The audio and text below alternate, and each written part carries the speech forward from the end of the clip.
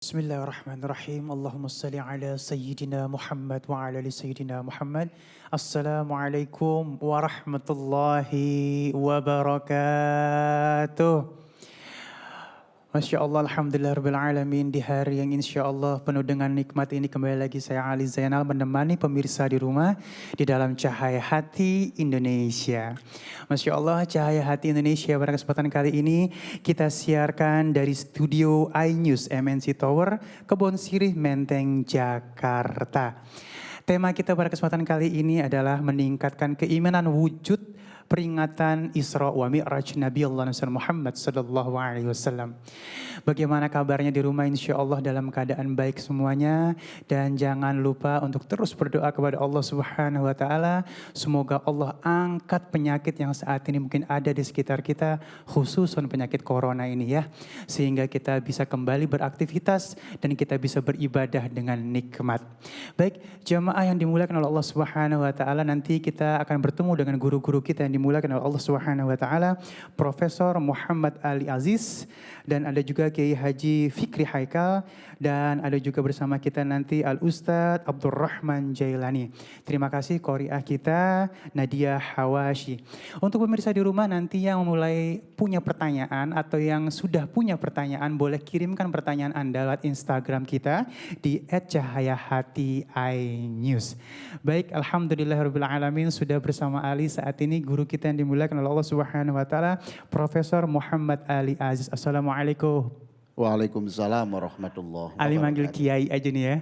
Masya Allah, sehat Kiai. Sangat sehat, sangat bahagia. Masya Allah ya. Saya doakan juga pemirsa, ya sehat, ya bahagia. Amin. Sehat enggak bahagia ya enggak enak loh. Betul. Udah sehat, bahagia, barokah. Ya, dan Amin. ditambah lagi, sehat, bahagia dan harus membahagiakan. Masya Allah. Ya, hidup kita ini pemirsa, jangan ada hari tanpa membahagiakan orang. Ya begitulah, sebab Nabi kita mengatakan, irhamu man fil ardi, yarhamkum man fis sama. Perbanyak orang-orang bahagia karena Anda, maka Anda akan dibahagiakan malaikat-malaikat di langit. Begitulah Ya Allah, Bang. amin, amin, Allahumma amin, sholli amin, amin. Allahumma Ya. sholli Muhammad wa sallam. Baik, Kiai, Isra wa Mi'raj Nabi Allah Muhammad sallallahu alaihi wasallam. Mungkin jamaah di rumah sudah sangat paham akan hal ini. Sedikit saja Kiai, Iya, apa sih sebenarnya inti dari Isra wa Mi'raj Nabi Allah Muhammad sallallahu alaihi wasallam? Iya, intinya ya, pertanyaan ini sangat cerdas sekali ya. Kalau orang dari bulan, astronot itu ditanya apa oleh-olehnya begitu. Kalau Bang Ali ke Eropa maka ditanya mana gantungan kuncinya, maka itu tuh. Nah, Rasulullah datang dari langit itu, yang paling penting adalah membawa satu ajaran, dan ajaran itu adalah sholat. Dan sholat itu mengapa yang diajarkan? Karena sholat adalah solusi segala-galanya. Masya Allah. Ya baik jemaah yang dimuliakan oleh Allah Subhanahu wa taala, salat 5 waktu sebagai penyelamat hidup. Silakan Kiai. Ya, Assalamualaikum warahmatullahi wabarakatuh. Alhamdulillah wassalatu wassalamu ala Rasulillah wa ala alihi wa sahbihi mawala, amma ba'du. Pemirsa yang sangat saya cintai, tadi saya sebut ketika saya ditanya oleh Bang Ali, dan saya senang sekali pada kesempatan ini saya telah mendengarkan Al-Quran yang dibaca dengan sangat cantik oleh Nadia Hawashi ini, yang menceritakan tentang perjalanan hamba Allah. Jadi subhanalladzi asra bi'abdihi, itu cara Allah memanggil nabinya itu dengan nama yang sangat khas ya, dengan nama hambaku itu yang saya cintai. Tadi saya katakan bahwa sholat adalah menjadi solusi kehidupan. Solusi bukan berarti secara material. Kalau Umar bin Khattab dulu pernah susah ya, bagaimana strategi pengembangan wilayah. Maka saat itu inspirasi strategi untuk pengembangan wilayah itu diperoleh ketika Umar bin Khattab itu dalam posisi sholat. Rasulullah sendiri setiap ada masalah seringkali dan selalu tidak bertanya kepada orang, tidak mencari solusi pada orang, tetapi mencari solusinya adalah lewat sholat ini. Seperti sekarang ini, hari-hari ini saya kira manusia butuh solusi ini. Banyak orang yang ketakutan. Ada yang meninggal karena virus, ada yang meninggal karena ketakutan. Nah, itu. Nah, semakin takut, semakin keropos iman orang itu. Seolah-olah Tuhan sudah tidak ada. Maka pemirsa harus beda. Anda punya Tuhan dengan tidak punya Tuhan itu beda. Orang punya Tuhan itu selalu optimis. Karena Allah itu la ta'khudhuhu sinatu wa la naum. Allah tidak pernah tidur, tidak pernah mengantuk. Al-Qayyum, Allah selalu mengurus. Allah itu Al-Hayyu yang memberi hidup. Mengapa kita dekat dengan Allah yang memberi hidup kemudian kita susah? Nah, oleh karena itu kita butuh, pemirsa ini butuh solusi akhir-akhir ini. Dan alhamdulillah Allah menurunkan ibadah sholat ini. Nah, kebahagiaan, keselamatan itu tadi saya katakan bukan mesti secara material, bukan. Jadi kalau Anda, Bang Ali, rupanya umpamanya kekurangan uang umpamanya ya gitu. Maka ketika sholat bukan berarti langsung dompetnya terisi itu. Bukan begitu. Tetapi mindset yang benar. Kebahagiaan itu didefinisikan apa? Ketika orang sudah bisa memandang seluruh masalah itu secara positif, that is happiness. Itu bahagia. Lah sholat ini antara lain adalah bagaimana merubah, menata mindset ini menjadi orang itu semangat, optimis, berpikir positif dan seterusnya. Begitulah Bang. Iya benar banget ya. Memang ini satu poin yang harus kita ambil Ya. saat ini, apalagi media sosial bisa mempengaruhi psikologis semua orang. Betul, betul. Ya kan? Betul. Jadi pada saat ada hal positif yang dibagi, ada hal negatif juga yang masuk ke dalam sana. Betul, betul. Nah betul. ini akhirnya pada saat kita pegang media sosial seperti tadi Kiai bilang, kita tebarkan kebahagiaan. Betul. Para alim, para guru, para orang yang paham ilmu pasti menebarkan kebahagiaan dan positif. Yang jadi PR nih Kiai, ada juga yang akhirnya menebarkan hal yang negatif nih. Yang akhirnya lebih banyak mudah masuk yang negatif daripada yang positif pada saat kita sikapi hal-hal di media sosial. Iya lah, kita harus menyaring sebelum sharing toh. Ya kita harus berpikir. Kita ini orang beragama. Seluruh yang kita ucapkan itu harus dipertanggungjawabkan. Seluruh yang kita tulis itu harus kita pertanggungjawabkan. Oleh karena itu kita diajari toh, sebelum sholat saja kita diajari cuci tangan, cuci tangan yang bersih.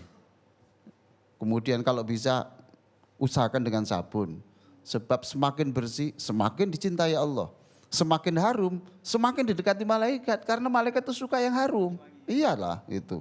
Lalu kita diperintahkan berkumur, coba. Mengapa kita diperintahkan berkumur? Kalau ini ada sisa makanan, ini mengundang kuman untuk merusak ini. Coba masukkan air ke dalam hidung, semprotkan. Tidak ada agama yang menyuruh begini, tidak ada, Bang, tidak ada. Kemudian kita setelah itu, kemudian kita mengusap muka ini kita bersihkan, mulut kita bersihkan, mata ini kita bersihkan karena tangan, mulut, hidung, mata ini bagian dari pintu masuknya virus-virus itu yang sedang ditakuti dunia sekarang ini. Tidak ada agama yang memerintahkan kita disuruh sering-sering mencuci tangan, disuruh sering-sering rutin memasukkan air ke dalam hidung, kita semprotkan sehingga bulu-bulu di sini bisa berfungsi sebagai filter. Toh, paru-paru kita menjadi sehat. Jadi kita dengan wudhu saja, kita sudah memberikan kekaguman dunia. Insya Allah bahwa kalau kita wudhu kita benar, insya Allah kita bisa selamat dari persoalan yang kecil, yaitu persoalan virus. Saya sebut persoalan kecil sebab persoalan yang terbesar itu adalah ketika orang itu mati dalam keadaan tidak bersyahadat. Iyalah itu. Na'udzubillah min dzalik. Memang kadang-kadang saat ini memang virus corona ini udah mungkin mindsetnya horor buat kita semua ya. Iya. Tapi lebih horor lagi pada saat informasi yang kita dapatkan akhirnya membuat was-was. Iyalah. Kita boleh kita memang harus usaha, tapi kita tidak boleh berlebihan. Sebab kalau kita itu takut, satu itu merusak tauhid kita. Satu. Yang kedua, takut itu membuat kepanikan dan kepanikan itu pasti itu menurunkan imunitas tubuh kita. Iyalah itu. Maka kita disuruh happy, terus kita senang. Kalau Anda tidak senang, bagaimana bisa membuat orang lain senang? Membahagiakan dirinya sendiri aja gagal. Iya toh, Bang? Maka kita harus bahagia, kita harus selamat sebelum kita bisa membahagiakan, menyelamatkan orang lain. Masya Allah, yuk sama-sama mulai kita ubah mindset kita happy, bahagia, haruslah. meningkatkan imun. Itu yang pertama kali ya. Ya betul. Jadi kita mau minum vitamin dalam bentuk mawujud atau bentuk, tapi kalau misalnya diri kita nggak bahagia, turun juga imun kita ya. Jadi mengapa manusia itu disebut dalam Al-Quran karena disebut bashar. Bashar itu periang. Tanda orang muslim itu, kalau Anda muslim, satu, mukanya bersih. Lalu baunya harum. Baunya harum. Kalau Anda baunya tidak bagus, tidak enak, Anda diragukan sebagai umat Rasulullah. Karena Nabi itu mengajarkan keharuman. Coba betapa indahnya. Nanti kalau kita bisa melakukan kebersihan, harum, ceria, sebab muka ini mengapa ketika Rasulullah memerintahkan wudhu, itu doanya Allah maghfir li dzambi wa barik li fi rizki wa wasi' li fi dari. Itu Bang. Jadi wahai Allah ampunilah dosaku, lalu kemudian berkailah hidupku, lalu bahagiakan rumah tanggaku. Jadi muka ini bisa kalau kita cuci ya, dengan benar, wudhu dengan baik, itu nanti bisa menjadikan kita ini ceria dan keceriaan itu bagian dari sumber rezeki. Kalau Bang Ali, kalau Mbak Nadia ditakdirkan Allah nanti bisa menjadi pengusaha besar. Teman-teman dari band ini yang luar biasa. Ini kalau ditakdirkan Allah jadi pengusaha besar, merekrut orang mesti dilihat wajahnya dulu toh. Lah kalau cemberut, ini tambah bangkrut perusahaan ini toh. Nah wudhu itu mengapa rahasianya? Wudhu itu doanya adalah, wahai Allah berkailah hidupku, bahagiakan hidupku, berarti semakin ceria, semakin banyak pintu rezeki terbuka untuk Anda. Allah, itu rahasia sholat yang dihasilkan dalam perjalanan Rasulullah ke langit yang tertinggi itu, Sidratul Muntaha. Iya baik, sholat 5 waktu ini Masya Allah. Jadi bekal kita buat dunia menuju Kita akhirat. tidak hanya 5 waktu Bang. Iya, Wah, ditambah lagi ada sunnahnya. Sebelum 5 waktu itu ya subuh itu ada lagi Bang. Itu toh sebelum qobliyah itu ada lagi tahajud. Sebelum zuhur subhanallah. Jadi hari-hari kita itu hari yang selalu dekat dengan Allah. Dan orang yang dekat kepada Allah itu pasti hidupnya akan bahagia. Sebab Allah itu Al-Hayyu, Allah Maha Hidup. Masya Allah ya. Jadi memang ada dulu guru-guru kita para alim ulama. Kalau bisa jangan putus wudhu. Ya. Wudhunya jangan. Itu ada barokah tersendiri di dalam kita menjaga kewudhuan ya. Ya pastilah. Ya. Barokah apa? Jangan hanya pada fisiknya, tetapi wudhu itu kemudian melahirkan kita inspirasi baru. Saya suatu hari saya diminta berbicara tentang wudhu, inspirational wudhu di Amerika. Dulu saya pernah diminta itu. Bagaimana wudhu yang inspirasi? Saya katakan, saya yakin bahwa nanti Anda kalau wudhu itu otak Anda bagus. Mereka tanya, bagaimana itu? Ini mahasiswa dan juga pelajar. Tanya begitu. Saya katakan, oke, open your cap. Saya kira, silakan buka topimu. Kemudian saya katakan, wudhu. Ini usapkan di kepala ini, kanan kiri menyeluruh. Itu namanya Anda memasukkan energi Tuhan ke dalam otak kanan dan otak kiri Anda. Nah itulah. Jadi ketika wudhu mengusap ini, kemudian Anda berkata, wahai Allah, pada waktu itu ada yang non muslim. Dan saya katakan, just call your God, call your Lord, katakan, panggil Allah, kemudian ya Allah saya yakin dengan mengusap otak kanan dan otak kiri saya melalui air ini, Engkau pasti maha kuasa menjadikan aku cerdas dan berpikir positif dan optimis. Amin ya Allah, amin. Masya Allah ya, jaga wudhu kita dan memang ada juga guru-guru kita yang bilang, bahwa wudhu the perfect maksudnya adalah hal yang paling terbaik dalam membersihkan diri. Karena kalau mandi aja belum tentu sebersih wudhu ya katanya. Betul. Kuping apa semua ya. Masya Allah ya. Baik Kiai, Masya Allah terima kasih ilmunya ya. Kita jaga sholat kita jaga wudhu kita. Dan jangan lupa terus kita berdoa ya mungkin Kiai ya. Betul. Mudah-mudahan Allah angkat penyakit ini dan cepat kita bisa kembali beraktivitas dan ibadah dengan nikmat. Masih hidup dilindungi dari virus. Amin ya Allah. Kemudian yang meninggal jadikan itu sebagai mati atau meninggal sebagai syuhada. Amin. Ya Seluruh kematian yang mendadak itu disebut syahid. Baik, terima kasih Ya. Kiai. Jamaah yang dimuliakan oleh Allah Subhanahu wa taala, Masya Allah, nanti insya Allah kita akan ketemu dengan guru kita yang dimuliakan oleh Allah Subhanahu wa taala, Kiai Haji Fikri Haikal, dengan subtema kita sabar dan ikhlas, kunci setiap dari masalah. Tetap bersama kami di Cahaya Hati Indonesia.